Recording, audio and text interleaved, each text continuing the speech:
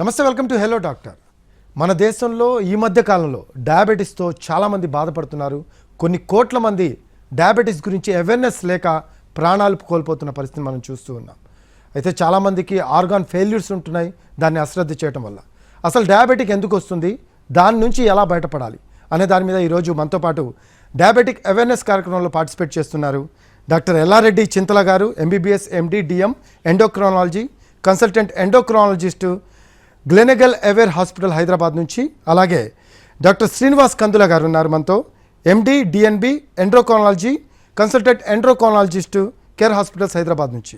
అలాగే డాక్టర్ మాధవి గారు ఉన్నారు, V Madhavi garu, MD DM consultant endocrinologist, Apollo hospitals Hyderabad నుంచి. సో వారితో మాట్లాడి దీని గురించి డీటెయిల్గా తెలుసుకుందాం. ముందుగా ఎల్లారెడ్డి గారు, సో ఈ మధుమేహం అనేది ఈ మధ్యకాలంలో చాలా చిన్న వయసు నుంచి కూడా మనం గమనిస్తూ ఉన్నాం. చిన్న అంటే ఒక ఏజ్ అంటూ దీనికి ఇది లేదు, చాలా చిన్న వయసులో వాళ్ళకి కూడా వస్తున్న పరిస్థితిని మనం చూస్తున్నాం. అసలు ఎందుకు వస్తుంది అంటే ఏం చెప్తారు? డయాబెటీస్ రావడానికి కొన్ని రిస్క్ ఫ్యాక్టర్స్ ఉంటాయండి. అది modifiable risk factors, non modifiable risk factors అని ఉంటాయి. ఇప్పుడు నాన్ మోడిఫైబుల్ రిస్క్ ఫ్యాక్టర్స్ అంటే జెనెటిక్స్, ఎస్పెషల్లీ ఫ్యామిలీ హిస్టరీ కానీ, ఒబేసిటీ ఊబకాయము, తర్వాత ఆడవాళ్ళలో పీసీఓడి కానీ, తర్వాత జెస్టేషనల్ డయాబెటీస్ కానీ, ఇవన్నీ నాన్ మోడిఫైబుల్ రిస్క్ ఫ్యాక్టర్స్. ఇప్పుడు మోడిఫైబుల్ రిస్క్ ఫ్యాక్టర్స్కి వస్తే ఒబేసిటీ, డిక్రీజ్డ్ ఫిజికల్ యాక్టివిటీ, అదే సెడెంటరీ లైఫ్ స్టైల్, తర్వాత రైస్ ఎక్కువ తీసుకోవడము, షుగర్స్ ఎక్కువ తీసుకోవడము, స్ట్రెస్, వీటి వల్ల షుగర్ ఎక్కువ శాతం వస్తుంది. రైట్. సో అది రీజన్ అయింది ఇప్పుడు. అంటే లైక్ చాలామంది ఏంటంటే హ్యాబిట్స్ అనేవి సరిగ్గా లేక దానివల్ల ఈ ప్రాబ్లమ్స్ వస్తున్నాయి అంటారు. ఓకే, కమింగ్ టు శ్రీనివాస్ గారు, మన భారతదేశంలో అంటే వేరే దేశాల్లో చూసాంలే కానీ మధుమేహం కేసెస్ మన భారతదేశంలో ఈ మధ్య కాలంలో ఎక్కువగా డయాబెటిక్ కేసెస్ నమోదవుతున్నాయి. కారణాలు ఏంటి అంటే ఏం చెప్తారు మీరు? ఒకప్పుడు ఉండనివి ఇప్పుడు ఎందుకు ఉంటున్నాయి? ప్రధానంగా చెప్పాలంటే డయాబెటీస్ యొక్క మెయిన్ కారణం ఫ్యామిలీ హిస్టరీ ఆఫ్ డయాబెటీస్. అంటే ఎవరెవరికి కుటుంబంలో డయాబెటీస్తో బాధపడుతున్నారో వాళ్ళకి డయాబెటీస్ వచ్చే ఛాన్సెస్ ఎక్కువగా ఉంటాయి. కానీ వీటితో పాటు అర్బనైజేషన్ వలన, అంటే మన ఒక లైఫ్ స్టైల్, మన జీవనశైలి మార్పు వల్ల, మనం తీసుకునే ఆహారంలో మార్పులు రావటం వల్ల, సరైన వ్యాయామం చేయకపోవటం వల్ల ఒబిసిటీతో చాలామంది బాధపడుతున్నారు. ఒబిసిటీ అంటే బాడీ యొక్క బరువుదల ఎక్కువ ఉండటం. సో దీనివల్ల టైప్ 2 డయాబెటీస్ చాలా చిన్న వయసులో, ముఖ్యంగా టీనేజ్ వాళ్ళు 20స్లో ఉన్న పిల్లల్లో కూడా ఎక్కువగా చూస్తున్నాం. సో మనకి ఫిజికల్ యాక్టివిటీ అనేది, డైట్ అనేది చాలా ప్రాధాన్యం. వీటిని సరిగా పాటించిపోవటం వల్ల టైప్ 2 డయాబెటీస్ అనేది ఇప్పుడు ఎక్కువగా చిన్న వయసులో కూడా మనకి కనిపిస్తుంది.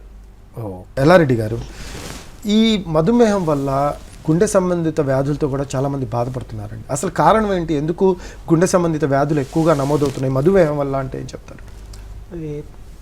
ఇప్పుడు షుగర్ కంట్రోల్లో లేకపోవడం వల్ల చాలామందికి కొలెస్ట్రాల్ లెవెల్స్ కూడా పెరుగుతాయి, హై బ్లడ్ ప్రెషర్ కూడా వస్తుంది. ఇవన్నీ కలిపేసి మనకి గుండె రక్తనాళాలలో కొలెస్ట్రాల్ పేరుకుపోవడం వల్ల గుండె సంబంధిత వ్యాధులు కానీ, పక్షవాతం కానీ వచ్చే అవకాశం ఎక్కువగా ఉంటుంది. మనం దీన్ని నివారించడం కోసము ఈ బ్లడ్ షుగర్ లెవెల్స్ని ఎఫెక్టివ్గా కంట్రోల్ చేసుకోవడం వల్ల దీన్ని నివారించుకోవచ్చు. సో ఇక శ్రీనివాస్ గారు, మనం చూస్తూ ఉన్నామండి డయాబెటిక్ నెఫ్రోపతి ఈ మధ్యకాలంలో ఎక్కువగా మనం వింటున్న పదం ఇది. సో ఈ డయాబెటిక్ నెఫ్రోపతి ఎందుకు వస్తుంది, దానివల్ల అసలు ఎటువంటి కాన్సిక్వెన్సెస్ని ఫేస్ చేయొచ్చు అంటే ఏం చెప్తారు? సో డయాబెటీస్ యొక్క కాంప్లికేషన్స్ గురించి మనం మాట్లాడుకోవాలంటే మనకి మెడికల్గా రెండు రకాలు ఉన్నాయండి. మైక్రోవాస్కులర్ కాంప్లికేషన్స్ మరియు మైక్రోవాస్కులర్ కాంప్లికేషన్స్. ఈ డయాబెటిక్ నెఫ్రోపతి అనేది డయాబెటిక్ మైక్రోవాస్కులర్ కాంప్లికేషన్ అని మనం చెప్పుకోవచ్చు. అంటే మన బాడీలో కిడ్నీస్కి సప్లై చేస్తున్న బ్లడ్ వెజల్స్ ఏమున్నాయో వాటి మీద ప్రభావం పడటం వల్ల ఈ కిడ్నీస్ అనేది నెమ్మదిగా దాని యొక్క ఫంక్షన్ తగ్గిపోతూ వచ్చి ఈవెన్చువల్గా ఫెయిల్ అయ్యే పరిస్థితి వస్తుంది. దీనే మనం డయాబెటిక్ నెఫ్రోపతి అంటాం. ఎవరెవరికి షుగర్స్ కంట్రోల్ లేదో, అతి ముఖ్యంగా ఎక్కువ సంవత్సరాలు కంట్రోల్ లేకపోవడం వల్ల ఈ డయాబెటీస్ పేషెంట్స్లో కిడ్నీ ఎఫెక్ట్ పడి డయాబెటిక్ నెఫ్రోపతి వచ్చే అవకాశం ఉంటుంది. సో ఈ డయాబెటిక్ నెఫ్రోపతితో బాధపడుతున్న వాళ్ళకి ముందుగా ఏమవుతుందంటే యూరిన్లో ప్రోటీన్ అనేది ఎక్కువగా పోతూ ఉంటుంది. మనం కొన్ని టెస్టులు చేయటం వల్ల వాళ్ళకి డయాబెటిక్ నెఫ్రోపతి అనేది ఉందా లేదో మనకి నిర్ధారించడం జరుగుతుంది. ఒకవేళ డయాబెటిక్ నెఫ్రోపతి ఉందో అని తెలిస్తే వెంటనే వాళ్ళు షుగర్ కంట్రోల్ అనేది చాలా ముఖ్యంగా అదుపులో పెట్టుకుని, వీటితో పాటు కొలెస్ట్రాల్ మరియు బీపీ కూడా అదుపులో పెట్టుకుని వాళ్ళ యొక్క ఆహార శైలి, జీవనశైలి కూడా కొన్ని మార్పులు చేర్చి ఉప్పు తీసుకోవడం తగ్గించి ఫ్లూయిడ్ కన్సెప్షన్ తగ్గించగలిగితే మనం ఈ డయాబెటిక్ నెఫ్రోపతి అని ఏది మనం కనిపెట్టామో అది ఎక్కువ వర్సన్ అవ్వకుండా మనం జాగ్రత్త తీసుకునే అవకాశం ఉంది. ఒకవేళ డయాబెటిక్ నెఫ్రోపతి ప్రోగ్రెస్ అయితే కిడ్నీ యొక్క ఫంక్షన్ పూర్తిగా తగ్గిపోయి చివరికి డయాలిసిస్ లేకపోతే కిడ్నీ మార్పిడి చేయాల్సిన అవసరం పడవచ్చు. మీరు అన్నట్టు శ్రీనివాస్ గారు ఎలా నోటీస్ చేయొచ్చు అంటారు ఇవి? డయాబెటిక్ నెఫ్రోపతిక్ స్క్రీనింగ్ అనేది చాలా ముఖ్యమండి. అంటే ఎవరెవరికి టైప్ 2 డయాబెటీస్తో బాధపడుతున్నారో ప్రతి సంవత్సరానికి ఒక్కసారైనా సీరం క్రియాటినిన్ మరియు యూరిన్లో ప్రోటీన్ పోతుందో లేదో టెస్టులు చేసుకోవాల్సిన అవసరం ఉంది. వీటిలో మనకి డయాబెటిక్ నెఫ్రోపతి ఉందో లేదో తెలవటం జరుగుతుంది. ఒక్కసారి ప్రోటీనూరియా కానీ కిడ్నీ సీరం క్రియాటినిన్ లెవెల్స్ పెరుగుదల ఎక్కువ మనకి కనిపిస్తే వెంటనే బ్లడ్ గ్లూకోజ్ కంట్రోల్ తీసుకురావడం చాలా ముఖ్యమైన అంశం. వీటితో పాటు కొత్తగా చాలా మందులు వచ్చినాయి. ఫర్ ఎగ్జాంపుల్ SGLT2 ఇన్హిబిటర్స్ అంటాం.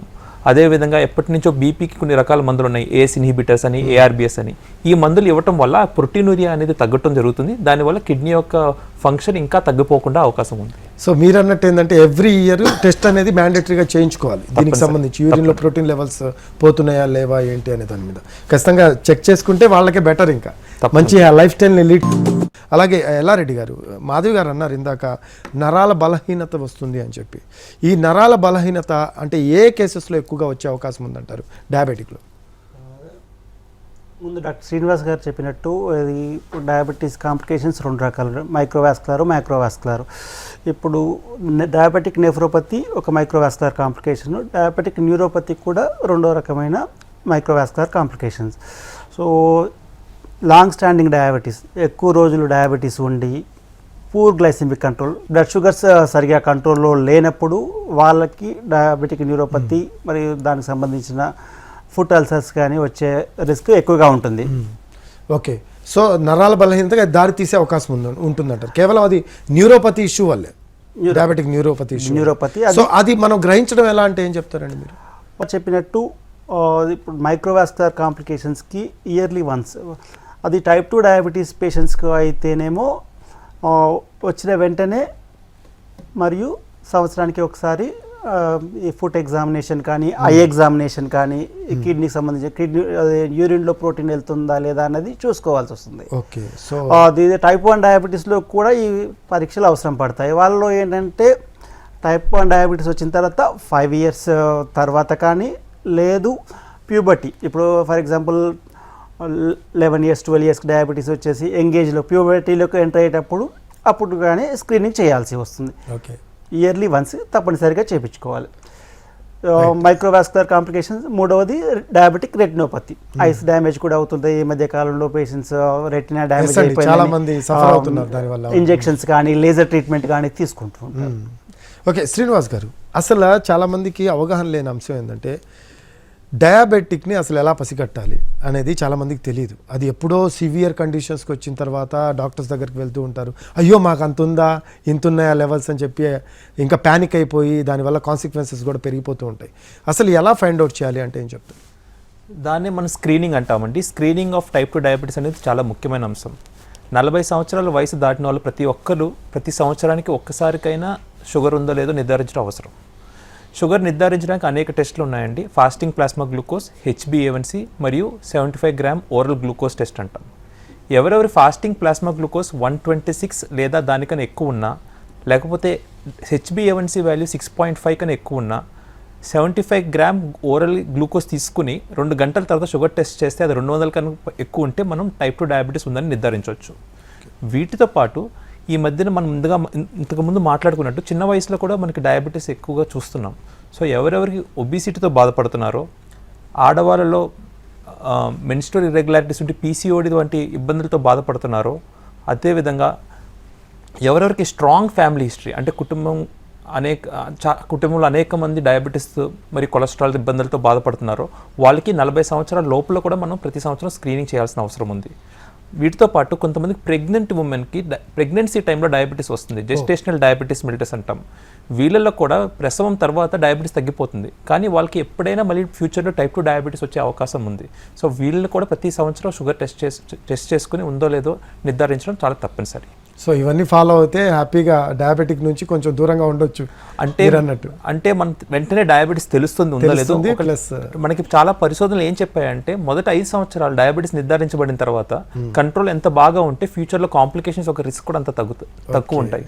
అందువల్ల మనం ఎర్లీగా స్క్రీన్ చేసి త్వరగా డయాగ్నోస్ చేసి ఎర్లీగా బాగా ట్రీట్ చేయగలిగితే ఫ్యూచర్ కాంప్లికేషన్ రిస్క్ తగ్గించే అవకాశం ఉంది. స్టార్టింగ్లోనే కంట్రోల్ చేస్తే బెటర్ అంటారు మీరు. తప్పకుండా. ఇక మాధవి గారు, ఇక ఈ కంటి చూపు అనేది చాలామందికి ఎక్కువగా ఎఫెక్ట్ అవుతూ ఉంది ఈ డయాబెటిక్ వల్ల.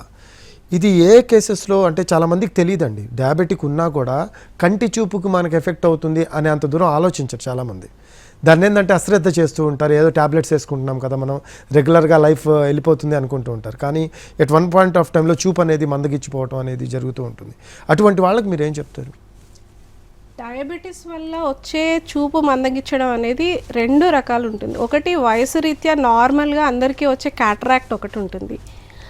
ఆ క్యాటరాక్ట్ అనేది నార్మల్గా వచ్చే వయసు కంటే ఇంకా చిన్న వయసులో వస్తుంది డయాబెటీస్ ఉన్న వాళ్ళకి, ఎస్పెషల్లీ ట్రీట్ సరిగ్గా సో క్రానిక్ థింగ్స్. ఇంకొకటి కంట్రోల్ సరిగ్గా లేనప్పుడు ఇందాక మాట్లాడుకున్నట్టుగా రెటీనా మీద ఎఫెక్ట్ పడడం. రెటీనా మీద ఎఫెక్ట్ పడడం అనేది ఒకేసారి పూర్తిగా ఏమవ్వదు, స్టేజెస్ కింద అవుతుంది.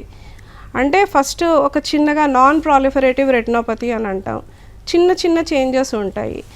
మెల్లిగా అది వెళ్ళి దాంట్లో రెటినాలో బ్లీడింగ్ అవ్వడము, ఇంకా అదే ఇంకొంచెం పెద్ద ప్రాబ్లం అవ్వడం, చివరికి ఎండ్ స్టేజ్లో చూపు పోవడం అనేది జరుగుతుంది.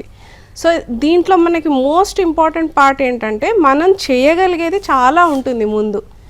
సో ఇందాక మాట్లాడుకున్నట్టు ప్రతి సంవత్సరం కనుక మనం కన్ను స్క్రీనింగ్ చేసాం, రెటీనా స్క్రీనింగ్ చేసాం, ఎర్లీ స్టేజెస్లో non proliferative retinopathy where it is చాలా చిన్న స్టేజ్లో తీసుకుంటే అక్కడి నుంచి ప్రోగ్రెస్ అవ్వకుండా మంచిగా కంట్రోల్ చేసుకుని ఆ టైం అనేది మనం చాలా ప్రొలాంగ్ చేసుకోవచ్చు. So that is one thing. So and ఒకవేళ బై ఛాన్స్ ఒకవేళ ఎవరైనా మిస్ అయ్యి తర్వాత ప్రాలిఫరేటివ్ స్టేజ్లో వెళ్ళినా కూడా ప్రస్తుతం మనకి అంటే లేజర్ సర్జరీస్, ఇంట్రావిట్రియల్ ఇంజెక్షన్స్ అని ఉంటాయి, కొన్ని ఇంజెక్షన్స్ అట్లాంటివి చేసి కొద్దిగా డ్యామేజ్ని తగ్గించుకోవచ్చు. బట్ మనం ఇప్పుడు అవేర్నెస్ గురించి మాట్లాడుతున్నాం కాబట్టి ఫస్ట్ ఏం చేయగలుగుతాం టు ప్రివెంట్ గోయింగ్ ఆ స్టేజ్ వరకు వెళ్ళకుండా. సో అగైన్ మళ్ళీ మనకు వచ్చేది సేమ్ థింగ్, ప్రతి సంవత్సరం కన్నుది రెటీనా టెస్ట్ ఉంటుంది. చాలాసార్లు ఇప్పుడు ఈవెన్ డయాబెటీస్ క్లినిక్స్, స్పెషాలిటీ క్లినిక్స్లో కళ్ళ డాక్టర్ లేకపోయినా కూడా మనకి కొన్ని మెషిన్స్ ఉంటాయి వేర్ స్క్రీనింగ్ అనేది వేరే డాక్టర్స్ చేసి ఒకవేళ రెటినోపతి ఉంది అని మనకి డౌట్ వస్తే అప్పుడు రెటినా స్పెషలిస్ట్కి పంపించవచ్చు.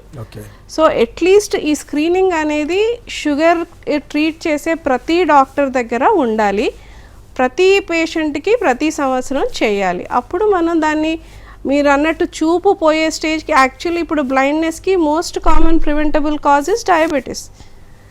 దాంట్లో మనం క్యాచ్ చేయాల్సింది ప్రివెంటబుల్ పార్ట్, మనం దాన్ని నియంత్రించవచ్చు. ఆ చూపు కోల్పోయే దాని నుంచి మనం చాలా బాగా నియంత్రించుకోవచ్చు.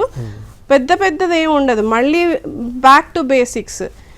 ఎక్కడైనా రెటినోపతి స్టార్ట్ అయిందంటే మళ్ళీ ఎక్కడో షుగర్ కంట్రోల్ తప్పింది, ఎక్కడో బీపీ కంట్రోల్ తప్పింది.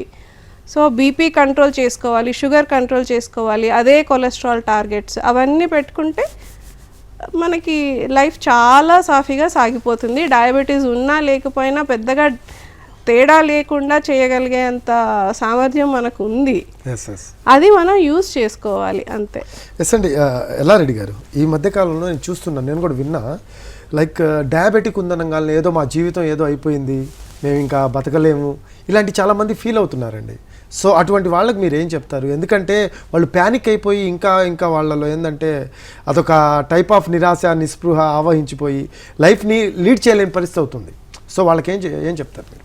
డయాబెటీస్ అనేది వన్ ఆఫ్ క్రానిక్ డిసీజ్ అండి. దీనివల్ల లైఫ్ ఎక్స్పెక్టెన్సీ ఏం తగ్గదు, కానీ షుగర్స్ కంట్రోల్లో లేకపోవడం వల్ల క్వాలిటీ ఆఫ్ లైఫ్ ఎఫెక్ట్ మాత్రం అవుతుంది. So with proper glycaemic control అంటే రెగ్యులర్ మంచి డైట్ తీసుకుని రెగ్యులర్గా ఎక్సర్సైజ్ చేస్తే వితౌట్ మెడికేషన్ కూడా వాళ్ళు అవసరం లేదంటారు. ఈ మధ్య కాలంలో రీసెంట్ అడ్వాన్స్ అప్డేట్స్ వచ్చినాయి కదా, దానివల్ల మీకు proper diet life style modification తోటి వితౌట్ మెడిసిన్ కూడా మనం లీడ్ చేయొచ్చు. ఈవెన్ ఇయర్స్ కూడా మందు లేకుండా ఉండొచ్చు. కానీ దానికి ఏంటంటే మోటివేషన్ ఇంపార్టెంట్. ఈ మధ్య కాలంలో చాలా వరకు డయాబెటీస్ రివర్సల్ ప్రోగ్రామ్స్ వచ్చినాయి, కానీ వాళ్ళంతా చెప్పినట్టు అది 100% ట్రూ కాదు. So terms and conditions apply అంటాం చూడండి. సో మీరు as long as you are following your diet and lifestyle modifications మీరు షుగర్స్ మెడిసిన్స్ లేకుండా కూడా కంట్రోల్ చేసుకోవచ్చు. కానీ ఏంటంటే మీకు ఒకసారి బ్లడ్ షుగర్స్ రిపోర్ట్ నార్మల్ రాగానే మీరు క్యూర్ అయిపోయిందని ఫిక్స్ అయిపోకూడదు. ఎందుకంటే మీరు వన్స్ మళ్ళీ రెగ్యులర్ లైఫ్ స్టైల్కి వచ్చేసి అన్ని తినేసిరంటే మళ్ళీ షుగర్స్ పెరుగుతాయి. సో ఇది చాలా వరకు ఏమవుతుందంటే ఈ కొంతమంది మిస్లీడ్ చేయడం వల్ల వన్స్ HbA1c నార్మల్ రేంజ్లో రాగానే మందులన్నీ ఆపేసి అన్ని తినేసి HbA1c 10-11 వచ్చేసి కొంతమంది కార్డియాక్ ప్రాబ్లంతో కూడా ప్రజెంట్ అవుతున్నారు. సో ఒకటి ఏంటంటే ఇది మేనేజబుల్ డిసీజ్ కానీ not curable disease. Okay. So మీకు మెడిసిన్స్ లేకుండా బ్లడ్ షుగర్స్ కంట్రోల్ చేసుకోవడం ఈజీనే, కానీ ఏంటంటే అది క్యూర్ కాదు. సో మీరు అన్నట్టు ఏంటంటే ఒకవేళ డయాబెటిక్ ఉంది అని తెలిస్తే ఎక్కువగా ప్యానిక్ అయ్యి స్ట్రెస్ లెవెల్స్ పెంచుకోకుండా డాక్టర్ సలహాలు పాటిస్తే మంచిగా హ్యాపీగా బతకొచ్చు అంటారు. అయితే ఇప్పుడు ఈ డయాబెటిక్ వచ్చిన వాళ్ళకి కొలెస్ట్రాలే మెయిన్ రీజన్ అనేది ఒక వాదన వినిపిస్తుంది, ఏం చెప్తారు మీరు? అంటే ఎవరెవరికి డయాబెటీస్ వచ్చిందో వాళ్ళు ఎక్కువ మంది శాతం వాళ్ళకి బీపీ మరియు కొలెస్ట్రాల్ ఇబ్బందులు ఉంటాయి. సో ఎవరికి డయాబెటీస్ డయాగ్నోస్ చేయబడిందో, లేకపోతే ఎవరికైనా షుగర్ బీపీ కానీ కొలెస్ట్రాల్ సమస్యలు డయాగ్నోస్ చేయబడ్డాయో వెంటనే మిగతా 2 కండిషన్స్ కూడా ఉన్నాయో లేదో చూసుకోవటం అవసరం. అంటే ఒకే మనిషిలో ఈ 3 కలిపి ఉండటం సర్వసాధారణం. So cholesterol main role. Cholesterol కూడా బీపీ, షుగర్, కొలెస్ట్రాల్, స్మోకింగ్ ఈ 4 very high risk factors for any cardiovascular problem అని అంటాం. అంటే గుండె సంబంధించి ఇబ్బందులు ఈ 4 వల్ల వస్తాయి. సో ఈ 4 మనం కంట్రోల్లో పెట్టుకోగలిగితే చాలా వరకు గుండె సమస్యలు మనకు తగ్గించే అవకాశం ఉంది. సో అందువలన ప్రతిసారి డయాబెటీస్ నిర్ధారించబడితే వెంటనే ఆ పేషెంట్ యొక్క బీపీ చెక్ చేసి, ఒకవేళ బీపీ ఎక్కువ ఉంటే బీపీ మెడిసిన్స్ కూడా యాడ్ చేసి, అదేవిధంగా లిపిడ్ ప్రొఫైల్ చేసి, అంటే లిపిడ్ ప్రొఫైల్లో కొలెస్ట్రాల్కి సంబంధించి ఇబ్బందులు ఉన్నాయో లేదో తెలియటం జరుగుతుంది. దీంట్లో అతి ముఖ్యంగా LDL కొలెస్ట్రాల్ అంటే బ్యాడ్ కొలెస్ట్రాల్ అని అంటాం. సో డయాబెటీస్ ఉన్న వాళ్ళకి LDL కొలెస్ట్రాల్ ఒకవేళ ఎక్కువగా ఉన్నా, లేదా LDL కొలెస్ట్రాల్తో పాటు ట్రైగ్లిసరైడ్స్ ఎక్కువగా ఉన్నా, మనకి అనేక మందులు ఉన్నాయి. ఈ మందుల ద్వారా LDL మరియు ట్రైగ్లిసరైడ్ లెవెల్స్ తగ్గించుకోగలిగితే మనకి చాలా వరకు కార్డియోవాస్కులర్ రిస్క్ తగ్గించడం జరుగుతుంది. కార్డియోవాస్కులర్ అలాగే డయాబెటిక్ కూడా కంట్రోల్లో వస్తుంది. డయాబెటిక్ మెడికేషన్స్తో మన డయాబెటిక్ కంట్రోల్ వస్తుంది, కొలెస్ట్రాల్ మందులతో కొలెస్ట్రాల్ కంట్రోల్ చేయగలుగుతాం, బీపీ మందులతో బీపీ కంట్రోల్. అప్పుడు గుండె సేఫ్. రైట్ అండి. ఓకే, మాధవి గారు ఇందాక అన్నారు, ఎల్లారెడ్డి గారు HbA1c లెవెల్స్ చాలామంది, నేను కూడా గమనించానండి, చాలామంది HbA1c లెవెల్స్ లైక్ మార్క్ దాటిన తర్వాత అంటే ప్రీ డయాబెటిక్ నుంచి ఎక్కువగా వెళ్ళిపోయిన తర్వాత వాళ్ళు ఏంటంటే అది తగ్గించుకొని ఇంకా మాకు షుగర్ లేదు అనే ఫీలింగ్లో వచ్చేస్తున్నారు. అంటే వాళ్ళు ఏంటంటే ఇంకా నార్మల్గా మనం ఏమైనా చేయొచ్చు అనే ఫీలింగ్లో వెళ్ళిపోతున్నారు. అటువంటి వాళ్ళకి మీరు ఏం చెప్తారు? సో అంటే దీంట్లో మనం 2 చూసుకోవాలి. ఒకవేళ ఆల్రెడీ వాళ్ళు తగ్గిపోయి HbA1c నార్మల్ రేంజ్లో ఉంది అంటే ప్రస్తుతానికి వాళ్ళు హెల్తీ ఇండివిజువల్ కింద తీసుకోవాలి, ఆరోగ్యకరమైన ఇండివిజువల్ ప్రస్తుతానికి. సో వాళ్ళలో ఏంటంటే వాళ్ళకు ఒకసారి వచ్చింది అంటే దాని అర్థం ఏదో రకంగా వాళ్ళకి ఏదో ఒక రిస్క్ ఫ్యాక్టర్ ఉంది, ఫ్యామిలీ పరంగా అవ్వచ్చు, వేరే ఏదైనా వాళ్ళ జీవన శైలి అవ్వచ్చు, ఏదైనా ఒక రిస్క్ ఉంది. సో వీళ్ళలో ఏంటంటే ప్రస్తుతానికి ఆరోగ్యకరమైన పరిస్థితి ఉన్నా కూడా నియంత్రణ కింద అంటే దాని నివారణ కింద తీసుకోవచ్చు. అంటే మధుమేహం రాకుండా నివారించడానికి ఏం చేయాలి అనేది. సో మనం ఇందాక మాట్లాడుకున్న జీవనశైలి మొత్తం అంతా ఫాలో అవ్వాలి. డయట్ దగ్గర నుంచి ఫస్ట్ ఆహారపు అలవాట్లు, తర్వాత ఎక్సర్సైజ్, అండ్ అన్నీ అయిన తర్వాత మనం చాలా మటుకు విస్మరించేది ఏంటంటే స్ట్రెస్ అండ్ స్లీప్. పెద్దగా దీని గురించి ఎవరు మాట్లాడము, మేము కూడా మాట్లాడము, ఎవరు మాట్లాడరు. సో మానసిక ఒత్తిడి అనేది కూడా ఒక చాలా ఇంపార్టెంట్ ఫ్యాక్టర్. ఎందుకంటే ఎప్పుడు స్ట్రెస్లో ఉన్నా కొన్ని రకాల స్ట్రెస్ హార్మోన్స్ ఉత్పత్తి అవుతాయి, వాటన్నిటితో కూడా షుగర్ పెరుగుతుంది. సో అదొకటి. అండ్ స్లీప్ అంటే ఒక 6-7 గంటలు ఏమాత్రం డిస్టర్బెన్స్ లేని స్లీప్, అన్డిస్టర్బ్డ్ రెస్ట్ఫుల్ స్లీప్ అనేది బాడీ అంటే మొత్తం రీఛార్జ్ అవ్వడానికి అనుకోవచ్చు మనం. అంటే ఈ స్ట్రెస్ హార్మోన్స్ అన్నీ తగ్గిపోయి మంచి హార్మోన్స్, రెస్ట్ఫుల్ స్లీప్, దాంతో ఇవన్నీ కొంచెం తగ్గుతాయి. సో ఇక్కడ మనం ప్రస్తుతానికి ఆరోగ్యకరంగా ఉన్న పర్సన్ ఆరోగ్యకరంగానే ఉండాలి అంటే నివారణకి ఇవన్నీ చేయాలి. లేదు కొద్దిగా కొంచెం బార్డర్లో ఉంది, 8 ఉండింది, ఇప్పుడు 6.5కి వచ్చింది. సో వాళ్ళకి ఇంకా డయాబెటీస్ ఉన్నట్టే కానీ కంట్రోల్లో ఉంది. సో వీళ్ళకి మనం నియంత్రణ అంతే ఉంచుకోవాలి. ఇక్కడ దాకా వచ్చింది, ఇక్కడ ఆగిపోయింది, బట్ పర్వాలేదు. ఇంత మనం మెయింటైన్ చేసుకుంటే కూడా అన్ని కాంప్లికేషన్స్కి చాలా కాలం దూరంగా ఉండొచ్చు.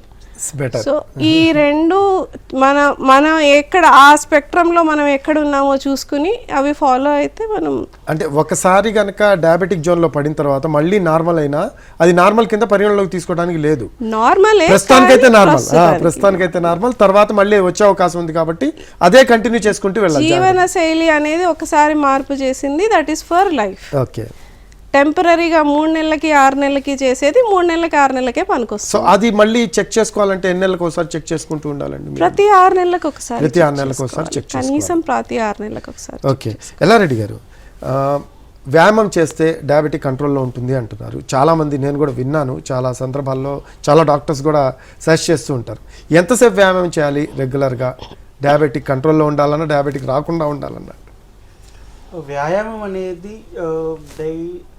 డైలీ మినిమం ఆఫ్ 30 minutes, రోజుకి 30 నిమిషాలు, వారానికి 150 నిమిషాలు. ఏ 2 days కూడా వితౌట్ యాక్టివిటీ ఉండకూడదు కంటిన్యూస్గా. So 150 minutes per week, 30 minutes per day. So రెగ్యులర్గా వ్యాయామం చేయడం వల్ల మనకి ఇన్సులిన్ రెసిస్టెన్స్ తగ్గేసి ఈ గ్లూకోజ్ యూటిలైజేషన్ ఎక్కువ అవుతుంది. ఓకే, ఫైనల్గా ఈ మధ్యకాలంలో శ్రీనివాస్ గారు హోమ్ రెమెడీస్ ఎక్కువ పాటిస్తున్నారు డయాబెటిక్కి. ఈ హోమ్ రెమెడీస్ పాటించడం వల్ల ఎంత మేర ఉపయోగం ఉంటుంది ఒకటి, రెండోది దానివల్ల కాన్సిక్వెన్సెస్ ఏమన్నా సివియర్గా ఒకవేళ అటు ఇటు అయితే ఉండే అవకాశం ఉందా? ఏం చెప్తారు మీరు?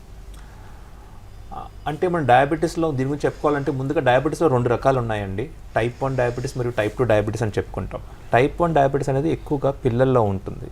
వీళ్ళల్లో న్యాచురల్గా వాళ్ళ బాడీలో ఇన్సులిన్ అనేది ఉత్పత్తి అవ్వకపోవటం, వీళ్ళకి ఇన్సులిన్ ఇవ్వటం తప్ప వేరొక మార్గం లేదు. సో టైప్ 1 డయాబెటీస్తో ఎవరు బాధపడుతున్నారో వాళ్ళకి ఇన్సులిన్ తప్పకుండా ఇవ్వాలి. వాళ్ళకి ఇన్సులిన్ వల్ల షుగర్స్ కంట్రోల్ ఉండి వాళ్ళ యొక్క లైఫ్ స్టైల్ మనం వాళ్ళ లైఫ్లో రిస్క్ మనం పెట్టడం జరగదు. టైప్ 2 డయాబెటీస్ గురించి మనం చెప్పుకోవాలనుకుంటే మనం ముఖ్యంగా 3 విధాలు మాట్లాడుకోవాలి. ముఖ్యంగా వ్యాయామం, డైట్ మరియు మెడికేషన్. ఓకే, నన్ను అడిగితే ఈ 3 చాలా ఇంపార్టెంట్. ఏ ఒక్కదాంతోనే షుగర్ కంట్రోల్ చేయడం అనేది కొంచెం కష్టమైన పని. సో మనం ఇందాక చెప్పుకున్నట్టు వ్యాయామం అనేది తప్పనిసరి అండి. ప్రతిరోజు అరగంట సేపు మనం వ్యాయామంకి కేటాయిస్తే మీ షుగర్స్ పెరగకుండా ఉండే అవకాశం ఉంది. ఒకవేళ మీరు అత్యధిక బరువుతో బాధపడుతుంటే బరువు తగ్గటం జరుగుతుంది. బరువు తగ్గటం వల్ల మీ షుగర్ కూడా మంచి. హోమ్ రెమెడీస్ చేసే వాళ్ళ మీ సలహా ఏంటి? హోమ్ రెమెడీస్ చేసేవాళ్ళంటే మీరు తప్పకుండా డైట్ పాటించవచ్చండి. మీరు తీసుకునే ఆహారంలో మీరు చాలా మార్పులు చేయగలిగితే మీ షుగర్ కంట్రోల్ పెట్టుకునే అవకాశం ఉంది. అంటే మెయిన్లీ పోర్షన్ కంట్రోల్ అంటాం. అంటే మీరు తీసుకున్న ఆహారమే, రోజు తీసుకున్న ఆహారమే, దాని యొక్క పోర్షన్ తగ్గించడం వల్ల మీ షుగర్ చాలా వరకు కంట్రోల్ పెట్టుకోవచ్చు. అండ్ వీటితో పాటు మెయిన్గా ప్రాసెస్డ్ ఫుడ్స్ మరియు జంక్ ఫుడ్ అంటే ఫాస్ట్ ఫుడ్స్ ఏమున్నాయో, oil based and ghee based items ఏమున్నాయో, డీప్ ఫ్రై చేసిన ఐటమ్స్ ఏమున్నాయో అయితే మనం అవాయిడ్ చేయగలిగితే మనం క్యాలరీ కన్సంప్షన్ తగ్గి మన షుగర్ మంచి కంట్రోల్ పెట్టుకునే అవకాశం ఉంది. అతి ముఖ్యంగా ఫైబర్ రిచ్ ఫుడ్ మరియు ప్రోటీన్ రిచ్ ఫుడ్ ఎక్కువగా తీసుకోవటం వల్ల మీ షుగర్స్ పెరగకుండా అవకాశం ఉంది. రైట్ అండి, ఎల్లారెడ్డి గారు, శ్రీనివాస్ గారు, అలాగే మాధవి గారు మంచి సలహాలు సూచనలు ఇచ్చారు మా ప్రేక్షకులకు. ఇది వాటి hello doctor, this is Rafi.